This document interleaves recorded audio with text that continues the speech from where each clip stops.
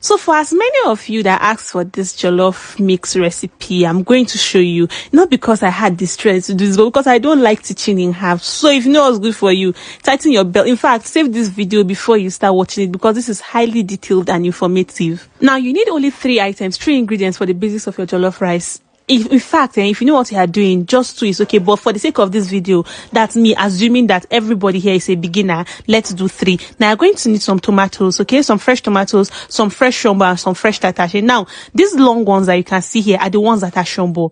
The fat big ones are the ones that are tatashe. Most people tend to mix these two. So, these long ones are the shombo, while these big ones are the tatashe you get. Now, when it comes to measurement of these 3 things, open your ears and listen. For this shombo, I use 7 pieces of shombo per cup of rice. Then I use 1 big tatashe. Then I now use 2 tomatoes per 1 cup of rice. So now, if you like, go behind me and be saying, so I should be doing math because I want to cook jollof rice. If you're not ready, just shift.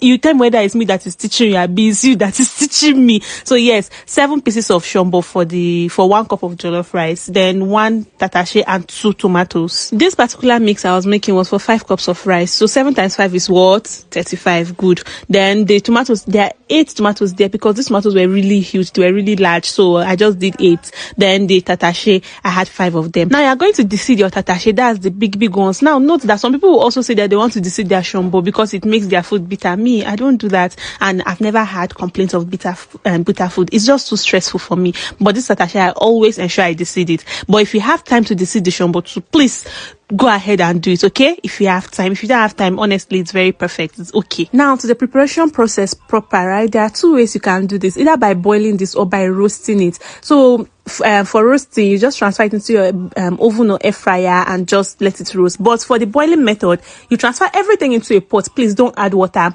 Put that pot on fire and just allow it cook till all the liquid inside evaporates. Then you can now go ahead and blend it. But let me mention that the roasting method is more flavorful if you roast your peppers. Mwah. Now transfer everything into a blender and blend it till it's very smooth. Please don't use water to blend, or let me just say, don't use plenty water to blend, because you know the cooking process in the first place is to reduce frying time. So if you are adding water again, work done is equals to 0. Do you understand? And yeah, just like that, your jollof mix is ready. See, if you make your jollof mix like this, every day you make jollof rice, you'll be praying for me, like silent prayers in your room. You'll be kneeling down to pray for me. Now let me also add that if you want your jollof rice to be hot and spicy, please add rodo, add pepper, scotch bonnet, add it. It's not necessarily part of your jollof mix, it's just for heat. So it just add to your taste, okay? Again, because I know some people are going to ask also, these are the tomato pastes I use for my jollof. So for every